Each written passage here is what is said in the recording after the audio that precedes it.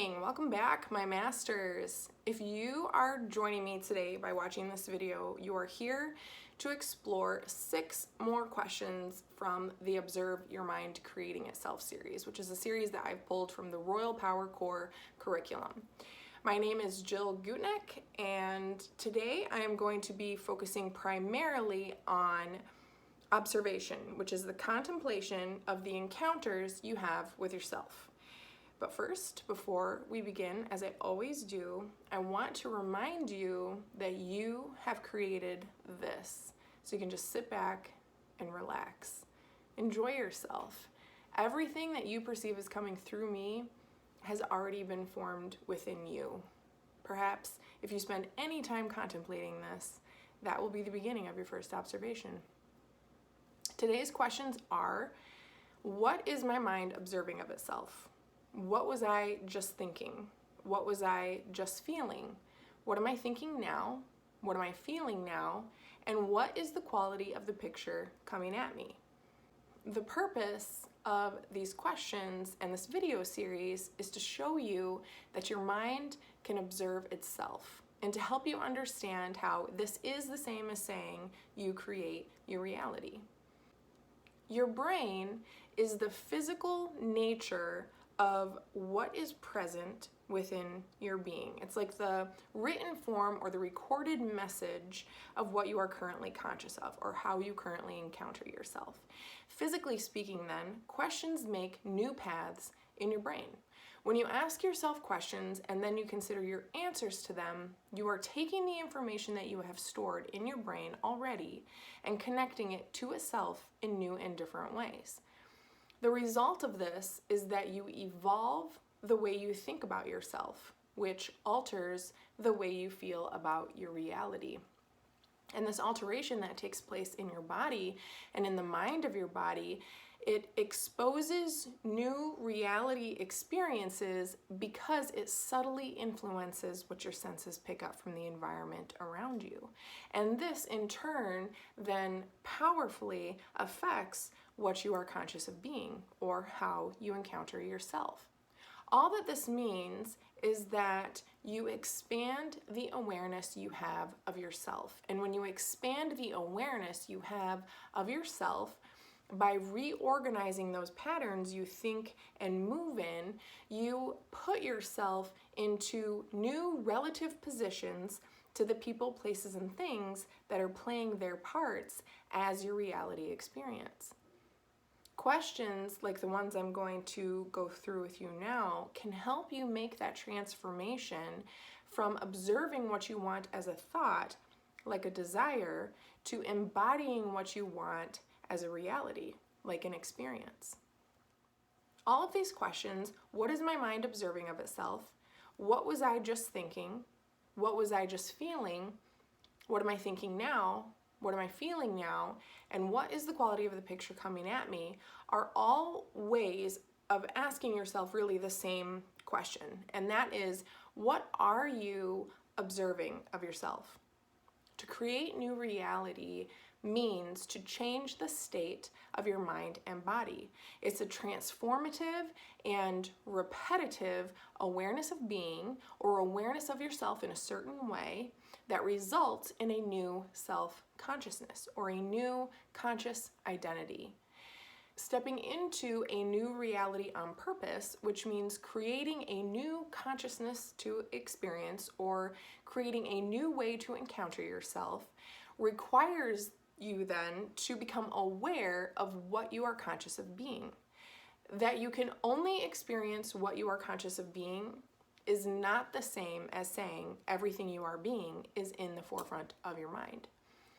You might think right now that you have effectively changed your reality because when you woke up this morning, you closed your eyes and you felt the end result of being healthy, wealthy, and wise. And then you went on about your day believing that this was happening for you. But what I have learned from working with other people and mostly from observing myself is that when you actually start to take the time to observe yourself at unexpected intervals during the day, it comes a little bit as a surprise how often you catch yourself thinking thoughts like, this is my life now, or I can't afford to go out again this weekend, or I'm always going to feel like this, or this is never going to change unless ... Even if you have already made the conscious choice to experience these things in a different way. Changing the state of your mind and body, or changing what you are conscious of being, means that you change how you perceive your environment because you have changed the way you experience yourself. But when you're looking out at your reality and you see your old point of view, when you're not consciously thinking from your new perspective, then you haven't fully eradicated the contradictions that are present within your current state of mind. And you haven't truly changed that womb, or that word that your creations are flowing from. This lack of complete change to the idea you have of yourself is why it seems as if your reality is always staying the same. Now, the most effective way that I have learned so far for teaching this type of observation is to set your alarm for several times a day. Set your alarm to ask yourself these questions every couple of hours, or if you want to start out even slower than that, then set your alarm for twice a day. And when your alarm rings, observe yourself. Ask yourself, what was I just thinking? What was I just feeling? And for a moment, experience who you are being. Don't try to change anything yet. Just look right at what you are about to change. And as you practice observing yourself at unexpected intervals during the day, you will begin to be able to interpret those subtle links between who you are being and what you see as the images of your reality, because you will start to see clearly what you are actually being when you're not conscious of being who you want to be. And this is a major key to creating the reality you want, because your reality is a being, and it is conscious of being you because it is the same as what you are. When I first started experimenting with this type of observation and self-contemplation, I set my alarm to ask myself these questions every hour, and I did this for 4 weeks. Now, at the time, I was attempting to change basically everything about my reality experience, from my financial status to my purpose of self, to the nature of all of my relationships, to the way I perceived my body image. And I just went full swing into feeling and being who I wanted to be. I felt that I was wealthier now. I felt that I was successful. I felt that I had healed all of my relationships, and I walked around feeling and being as if I was yoga thin. But what was interesting to me was that in the beginning, when my alarm would ring, what I actually observed of myself was hardly ever characteristic of the reality that I thought I was believing in. Now, to give you an idea of what those actual contradictions were for me, and to give you an example of what this exercise can look like for you, I have some actual notes from the time that I did the experiment, and I'm just going to read some of them to you because it's easier that way. So, Tuesday, I observed 8 times today thoughts and feelings about the possibility of my account being overdrawn. 1 p.m., thought, I hope my account is not overdrawn. Feeling, slightly there but noticeable, defeated. When I notice what this feeling is, I hear the thought, I'm not doing this right. 3 p.m., thought, I will check the account to be sure it's not overdrawn. Feeling, low level of anxiety, but I can also observe I'm trying not to feel anxious. 4 p.m., thought, I hate talking about money together, which was the tail end of a thought like, if the account is overdrawn, we'll have to talk about that. Feeling, I notice my breathing is shallow, like I'm holding myself captive. Is it weird that I all of a sudden think I have a headache? Thursday, I observed 5 times today that I was thinking and feeling about my physical form. 8 a.m., thought, I should do yoga so I don't gain the weight back. Feeling, physically feeling my stomach. 10 a.m., thought, I wish I had more time to take care of my body. Feeling, I feel the feeling somehow of being heavier than I want to be. 11 a.m., thought, I need to do yoga. My thought is implying that I need to do yoga soon because I caught myself thinking this as I was passing a mirror and looking at my body. Feeling. Can't really tell what I'm feeling, but it isn't thin. Saturday, I observed 4 times fake, unhappy conversations with A and 3 times hating and being jealous of A. 9 a.m. Thought. Notice I am reliving and fully experiencing our argument. Feeling. Everything I felt during the argument. Resentment, disbelief, disconnection. 2 p.m. Thought. I notice I am telling her everything I dislike about her. Feeling. Sad. And whatever feeling belongs to the words, I'm probably never going to be close to her again. 5 p.m. Thought. Having a conversation with my husband about the argument I had with A. Feeling. My body is sort of buzzing, almost like excitement. And what would that even mean? So all of these thoughts and feelings contradict my belief that I'm already wealthy and already in the shape that I want to be and already experiencing my relationships in an ideal way. Now, once I noticed those thoughts and feelings, I simply went in the direction that I wanted to go, but it never stopped my mind and body from automatically dipping right back into that concept of myself I was trying to change if I wasn't consciously focused on being who I wanted to be instead. In fact, what I noticed was that all of my thoughts and feelings were connected to what I call my dominant assumptions or states of consciousness, meaning states of mind that I could become conscious of being. So for instance, if I remembered that I had to pay a bill, my body would mimic my thoughts and cue the feelings I had about my finances. If I heard someone else talking about money, my body would mimic what my ears were hearing and cue my thoughts about money.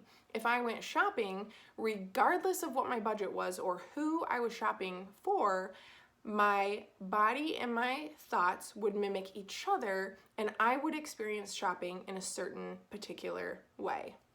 And it was the same with the other areas of my life as well. So all of my thoughts and feelings about my body were arranged around a dominant assumption or idea of what my body was or what my body was like. And I could experience that concept of myself through any of my senses and using all of the interactions I was having with my reality. And it was the same with my relationships too. So interacting with people or even thinking about people in general was how I experienced what I already believed to be true and possible regarding people and my relationships to them. So the people, places, and things in my reality were allowing me to access my identity or states that I identified with.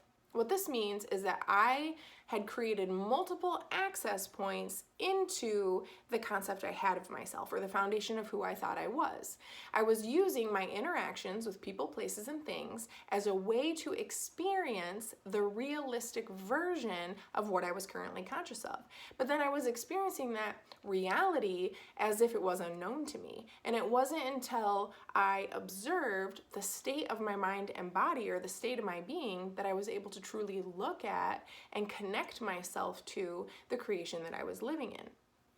Now, the more I changed those thoughts and feelings as I unexpectedly observed myself being them, the more scrambled up that concept of myself became, because now I was connecting my body image and my finances and my relationships to new thoughts and new feelings. So I had essentially developed a new ability, and that was I learned how to override my previously automatic ways of thinking, or I learned how to dismantle the way that I typically experienced myself. And I did that by continually changing the direction that my mind and body were going in. And the changes that I was making to my thoughts and feelings on a regular basis, they were appearing as visible changes in my reality. So when I changed, my reality changed, but I had to actually change the way that I experienced myself. I couldn't just think of those changes, and I couldn't just believe I could make those changes, and I couldn't just decide I was changing now and then go on about my day. I had to actually make the movement of change from being who I was already to being who I wanted to be from now on. And I had to be that change over and over and over again until that change was me. Now, there isn't much difference between asking yourself what was I just thinking, and what am I thinking now? Both ways of asking that question require you to observe yourself in the moment. What I did was I started by asking myself, what was I just thinking, so that I could observe myself and write that down. And then I asked myself, what am I thinking now? So I was observing myself being who I was, which gave who I was being enough validity to be changed.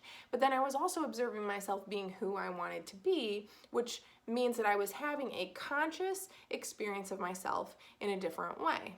You can do it the same way, or you can come up with your own way of asking yourself these questions, but the purpose of asking yourself these questions is to bring who you are being already into the forefront of your mind, because you can't change something about yourself that you aren't aware is real for you. You will never see the end result of who you want to be until you become conscious of how you're being who you don't want to be. Do you understand this? This doesn't mean that you have to drag anything up. You don't have to analyze everything from your past or why you are the way you are. You simply need to look right at who you have already created yourself to be. Because the easiest way for a person to make something disappear from their personality or make something disappear from their reality is to look right at it. Because when you look straight at something that already exists, you allow it to be there where it already is. And when you allow something to be there where it already is, you stop throwing all this energy at it, trying to resist acknowledging that it is present within your being. Not wanting something to be real creates an image in the same way as wanting something to be real. So when you imagine not wanting a thing to be real, people call this denial or resistance. The image that is created contains the information of what you don't want, right? So let's just say, to make it simplistic, that every word in a sentence represents a piece of that image. So the image created by a thought such as, I don't want to be poor, would have exactly what you don't want to see right in it, right? So for instance, let's try to imagine the absence of something. Let's imagine the absence of red. So for a minute, try to imagine the absence of red. You can't. You can think of things that are not red, but you can't think of the absence of something without first knowing what that something is, right? You have to know what it is you're not going to look at anymore. You have to know what it is you're going to change. Another way to look at it is, if you are in New York and you want to be in Barbados, you have already seen that you are in New York and not Barbados. You've already seen that New York is there and not Barbados. It's the same thing with, if you desire food, you already know that you're hungry. If you desire freedom, you already know that you are in prison somehow. Your desires come from what you are conscious of, and your desires contain within themselves the way to create that new consciousness. You can release your desires, and your desires can set you free, but only if you let them come from what is already there. Now the question, what is the quality of the picture coming at me, is a question that can help you determine the connection between yourself and your reality. It can help you see how your reality is being you at the same time you are. Whatever you're looking at is an image, right? Your eyes and all of your other senses see in images. That is, they perceive depth and dimension, and they sense the information that is present there. So what is the picture that you're looking at, or what is the picture that you're immersed in telling you about yourself? What are you observing of yourself as the people, places, and things in your reality? When you ask yourself this question, what is the quality of the picture coming at me?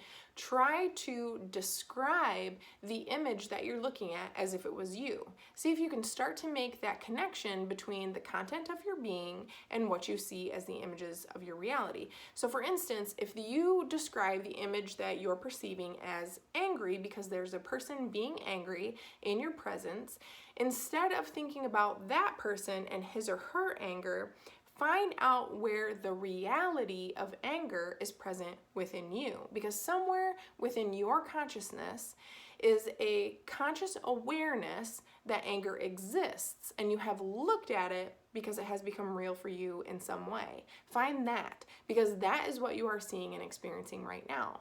That person is just an image, right? That person has depth and dimension, and it is filled with information. So that person, which is an image, is angry in your presence. Just think about the actual words we're using here. That person, which is an image, so that image is angry in your presence. Your reality is you. And you can only experience what you are conscious of being, even if what you are conscious of being is not in the forefront of your mind. So if you are experiencing anger, even if it is in the image of another person, that is your being expressing an aspect of itself. Your reality embodies the aspects or the states that are present within your being.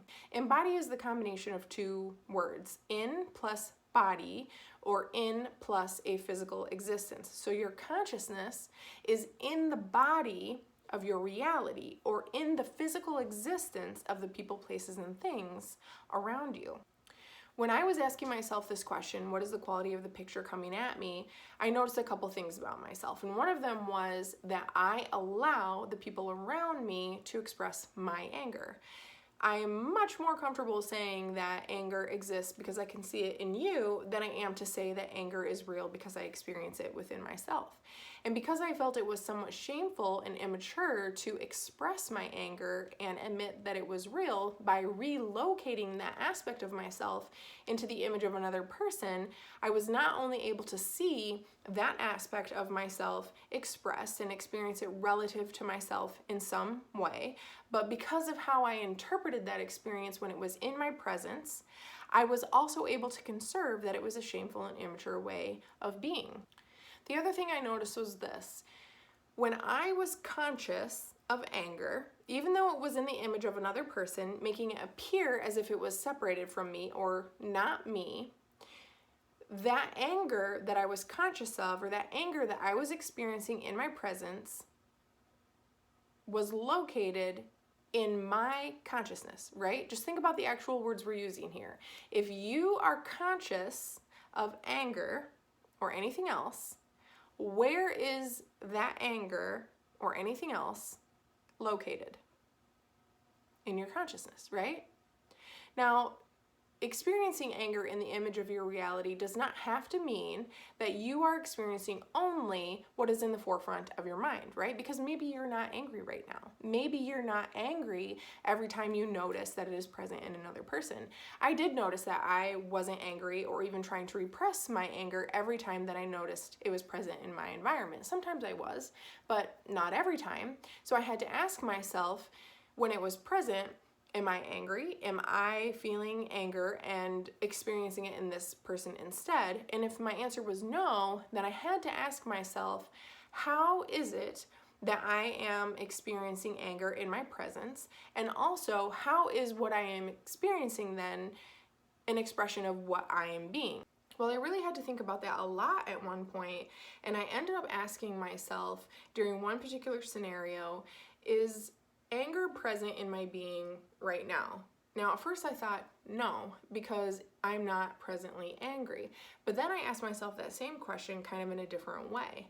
I asked myself, is there absolutely anything or anyone that if I pulled them up towards the front of my mind, I would be conscious of anger? Or could I connect anger to what I pull forward into the forefront of my mind and focus on?